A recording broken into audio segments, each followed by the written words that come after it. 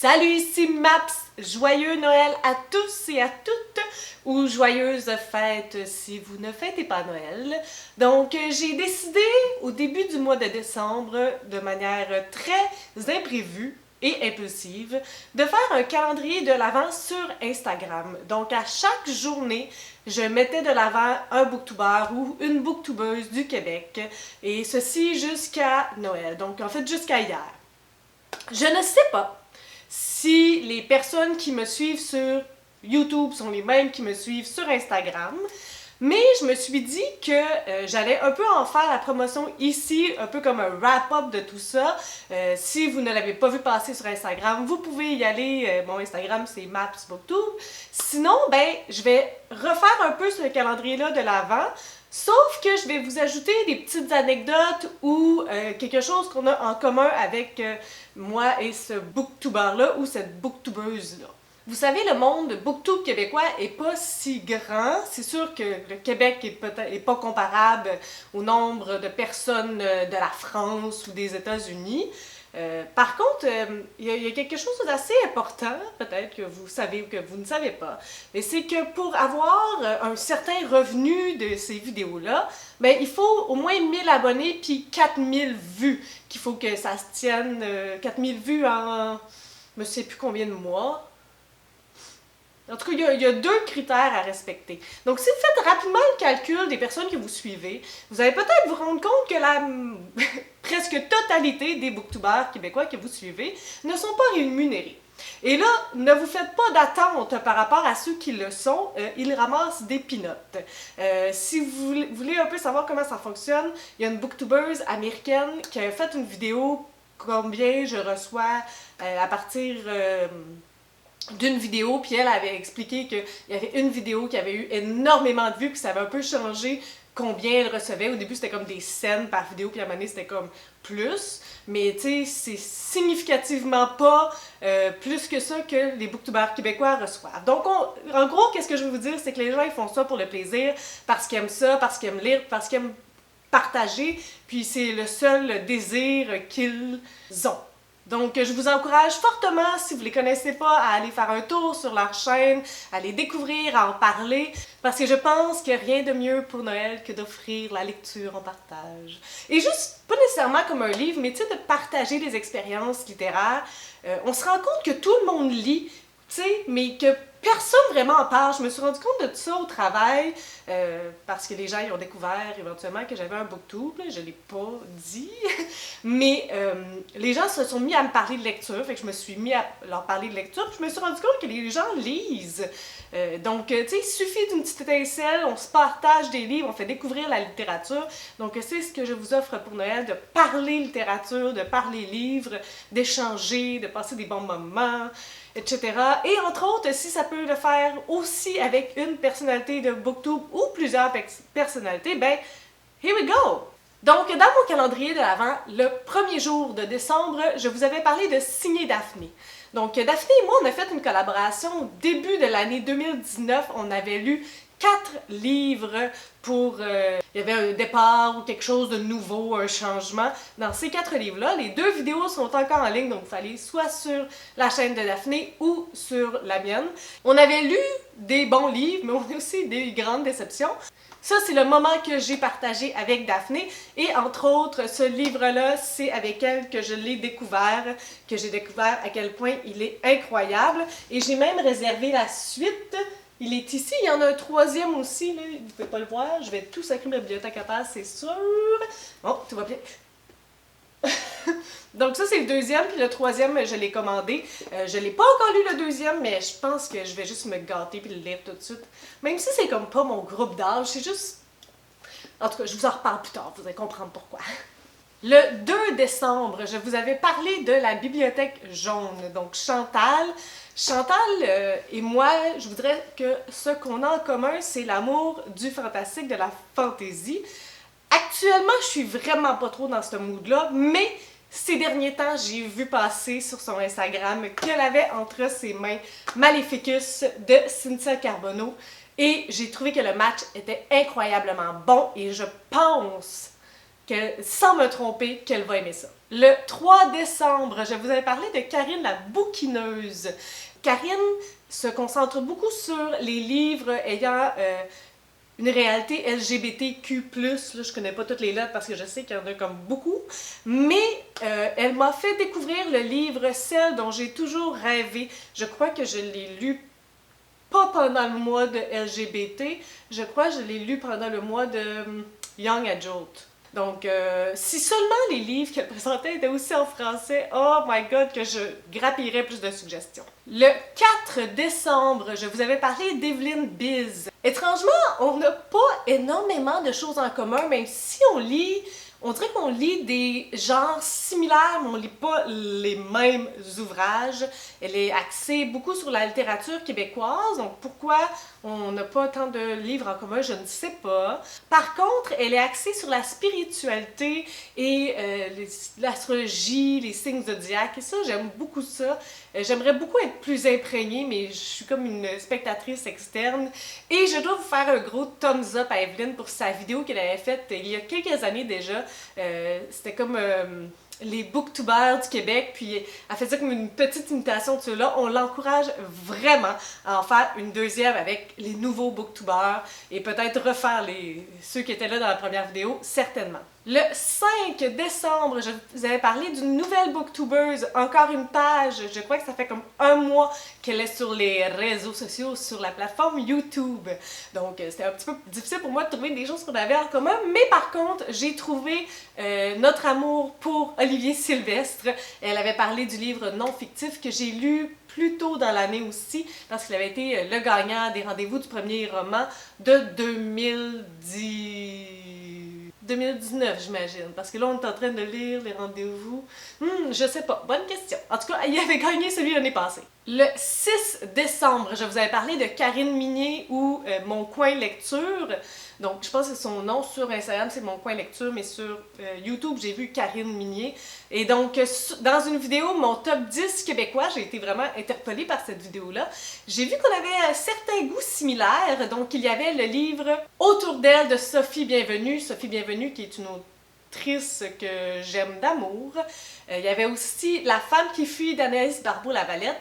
Et je peux pas vous en parler. Je veux pas vous en parler tout de suite, mais dans mes plans pour 2020, il y a quelque chose par rapport à Michel Jean et elle l'avait dans son top 10, Elle et nous, de Michel Jean, que je n'ai pas encore lu, mais que je planifie faire prochainement. Le 7 décembre, je vous avais parlé de la boîte à BD qui est une vraie boutique à Laval de BD puis de plein d'affaires en lien avec la BD. Je suis tellement nulle en BD. Je vous avouerai que j'ai eu comme cette prise de conscience-là cette année que j'allais pas trop me pousser par la BD parce que c'est vraiment pas quelque chose qui m'interpelle moi. Ça n'a aucun lien avec la BD, c'est juste que j'aime plus les mots que les dessins, je crois. Donc j'ai arrêté de me sentir un peu mal par rapport à ça, mais vraiment ils sont le temple de la renommée de la BD et je dois vous dire que j'ai été assez heureuse de les avoir dans notre vidéo collaborative du 12 août J'achète un livre québécois de 2019. En plus, j'ai vu que ça faisait 25 ans que leur boutique existe. Oh my god! Le 8 décembre, je vous ai parlé de la BiblioGeek, qui est aussi une personne qui travaille en librairie, si je me trompe pas. Et là, je regardais ses vidéos, puis j'essayais de voir si on avait des choses en commun. Et elle est beaucoup plus intense que moi dans le style geek. Moi j'aime les trucs geek, mais de manière superficielle. Je suis pas si intense. Par contre, je crois qu'on a un intérêt similaire par rapport à Disney et au Roi Lion. Le 9 décembre, je vous avais parlé de Mel Janard. Donc pour moi, Mel Janard, c'est une pionnière de Booktube Québec. Je me souviens, avant d'avoir commencé ma chaîne, mon amie Pamela me disait « Oui, mais t'as-tu regardé des vidéos genre Mel Janard? » Puis là, j'étais comme « Non, j'ai pas regardé. » Moi, je me suis juste lancée comme ça. Mais je me souviens qu'elle avait mentionné 7 personnes. Et j'ai fouillé un peu dans ces choses, parce que c'est ça, tu sais, je voulais trouver quelque chose en commun. Et je pensais garder ce livre-là pour quelqu'un d'autre, mais ça fonctionne pour elle aussi. Et c'est Nicolas Giguère. En fait, elle a parlé du livre Que. Moi, j'ai quelqu'un entre mes mains, mais j'ai lu Que aussi plus tôt dans l'année et je dois vous avouer que j'ai eu un coup de foudre pour l'écriture de Nicolas Giguère, pour sa poésie, moi qui ne pensais pas que la poésie m'était abordable. Donc, on a cet auteur-là en commun. Le 10 décembre, je vous ai parlé de Michel Jean. Sa chaîne sur YouTube, c'est Michel Jean lit et dit. En tout cas, je vais vous mettre tout ça en barre d'informations. Michel Jean, je l'ai connu en premier en tant qu'auteur. Donc, j'ai lu Amoun, un recueil de nouvelles qu'il avait dirigé.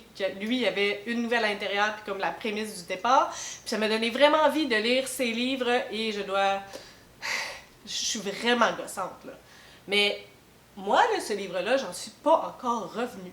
Puis j'ai trouvé ça intéressant parce que je regardais des vidéos, des top, tu sais, des meilleures lectures de 2019. Puis il y a beaucoup de booktubers américains qui gardent le mois de décembre pour faire des relectures. Donc, tu sais, si on aimait un livre, puis ça s'en va dans leur top, ça joue pas là-dessus. Donc, je pense peut-être faire ça l'année prochaine. Je trouve que le concept est vraiment cool. Puis c'est sûr que lui serait une de mes relectures sans aucun doute.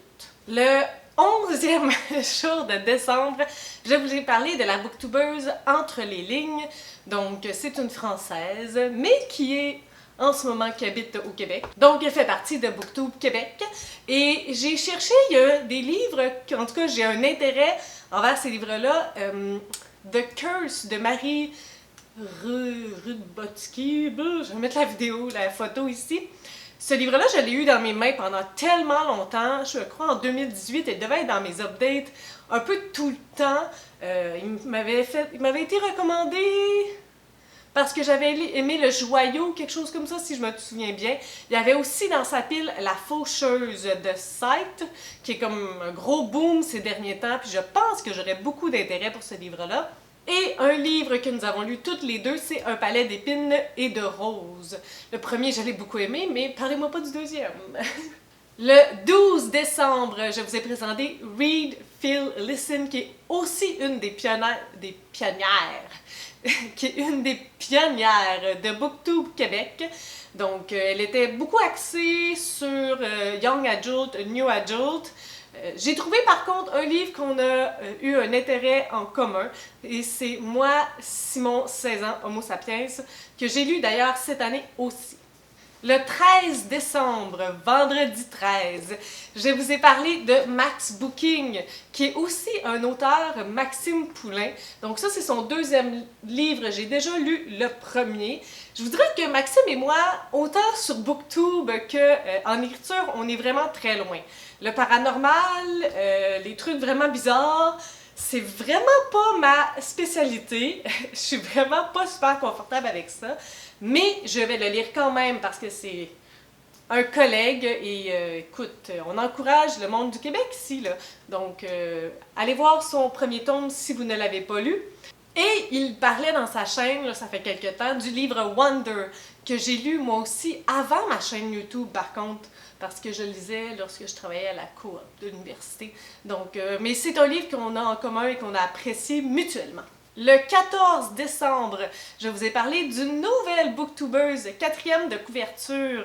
Et j'ai vu sur sa page Instagram ou sur son YouTube qu'elle parlait de l'allégorie des truites arc-en-ciel. Et là, définitivement, il va falloir que je m'y mette parce que j'entends trop de bonnes choses sur ce livre-là. Là, je l'ai acheté, c'est un bon pas, mais il faudrait vraiment que je le planifie de le lire prochainement. Le 15 décembre, je vous ai parlé des lectures de Marjorie, qui est aussi une nouvelle booktubeuse. Et j'ai découvert qu'on a quelque chose en commun. On a toutes les deux le livre Coucoum de Michel Jean entre les mains et on planifie de le lire prochainement. Le 16 décembre, je vous ai parlé de Sailor Gold. Et j'ai découvert qu'on a lu toutes les deux les chroniques lunaires de Marissa Meyer. Mon expérience à moi était plutôt mitigée plus mitigée que la sienne en tout cas. Moi j'avais vraiment aimé le premier Cinder et le dernier Winter, mais pas dans le milieu. Mais on a cette série-là en commun. Le 17 décembre, je vous ai parlé de Anne Literarum, qui est une jeune nouvelle booktubeuse. Mais là, tu sais, je sais pas c'est quoi nouvelle booktubeuse, une année moins, 6 mois et moins en tout cas. Toutes les deux, on a lu Un palais d'épines et de roses, mais c'est pas de celui-là que je voulais vous parler.